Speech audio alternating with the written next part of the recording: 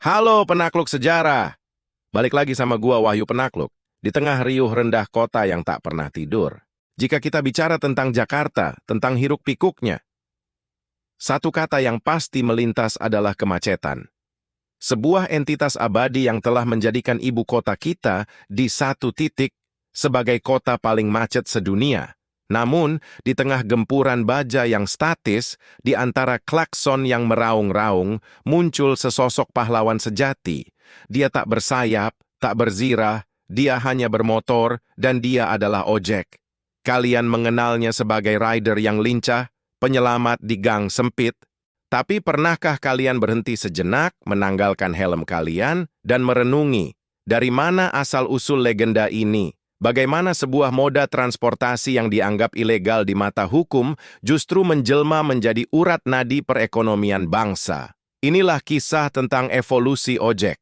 Sebuah epik yang terentang dari jalanan desa yang becek, sepeda tua yang keropos, hingga ke domain digital, melawan larangan penguasa dan memenangkan hati rakyat.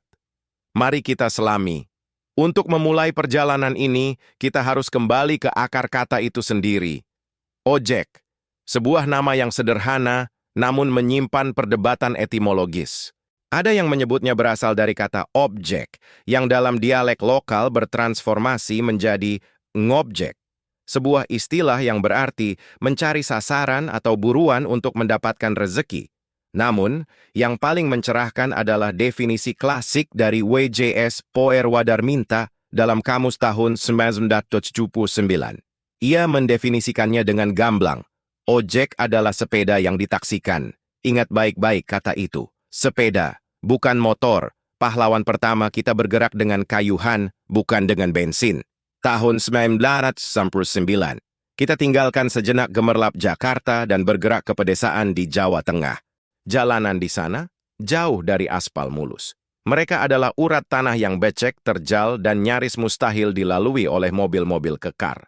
Disinilah, di tengah keterbatasan infrastruktur, naluri bertahan hidup melahirkan inovasi brilian.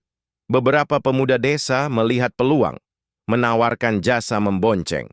Dan alat mereka? Sepeda kuno.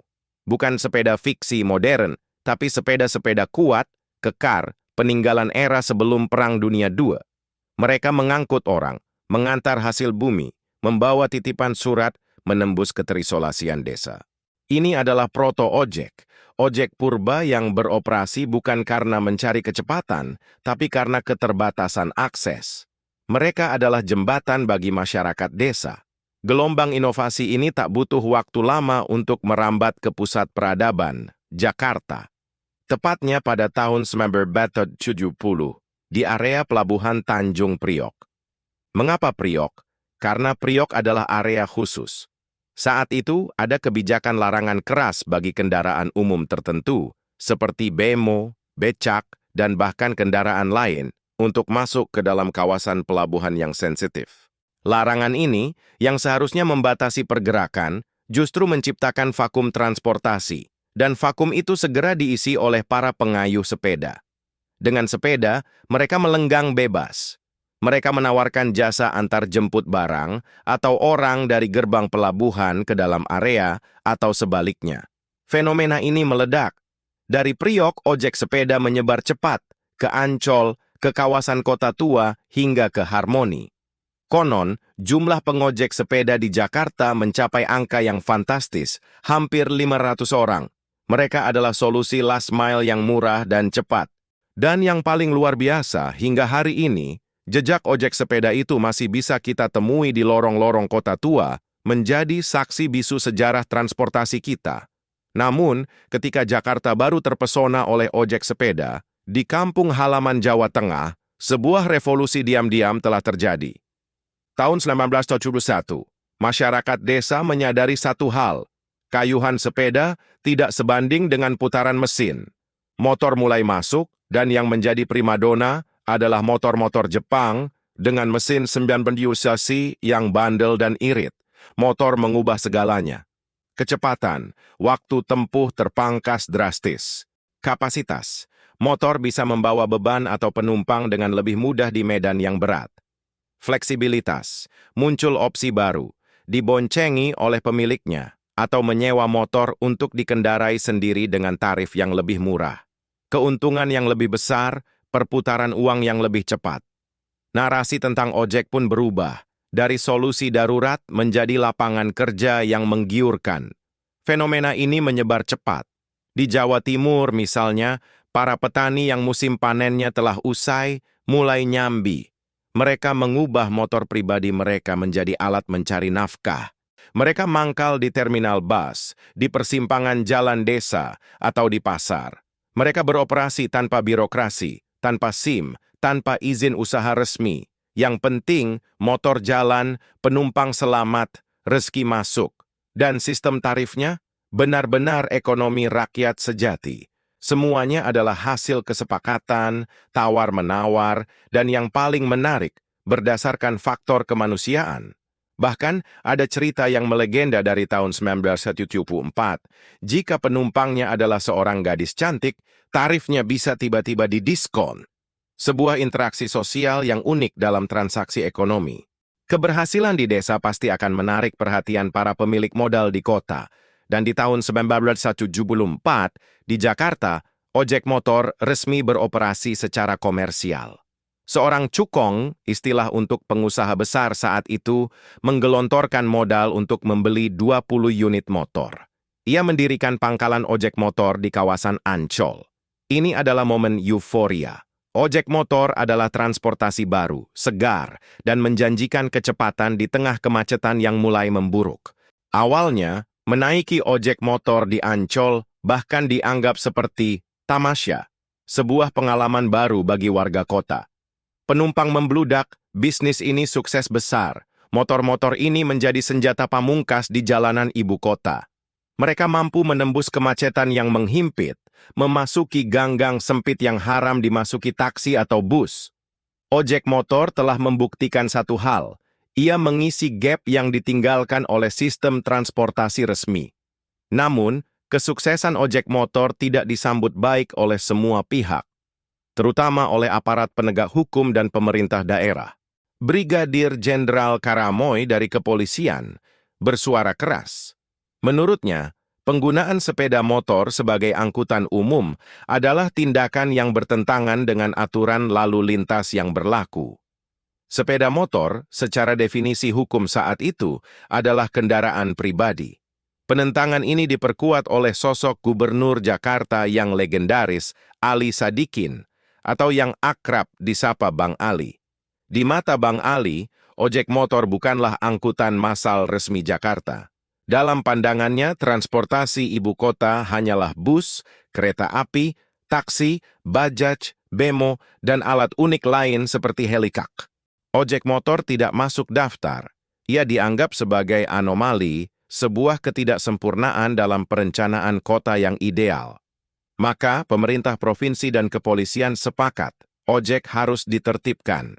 Sepanjang tahun 1970-an, ancaman penertiban selalu menggantung. Namun, seperti yang sering terjadi dalam sejarah transportasi kita, regulasi selalu terlambat merespons inovasi.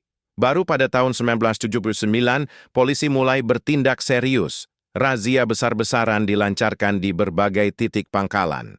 Tujuannya jelas, membersihkan jalanan Jakarta dari angkutan umum ilegal bernama ojek motor. Namun hasilnya, nihil. Penyebab kegagalan razia. Ojek terlalu gesit. Mereka tahu timing razia. Mereka punya jaringan informasi yang cepat, tapi yang paling penting, kebutuhan masyarakat sudah terlalu besar.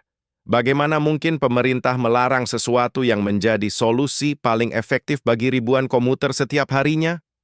Melarang ojek sama saja dengan melumpuhkan sebagian pergerakan Jakarta. Ojek motor telah menjadi terlalu kuat, terlalu mendarah daging dalam sistem sosial ekonomi kota. Ia tetap hidup, melawan arus birokrasi dan terus menyebar ke seluruh penjuru Jakarta.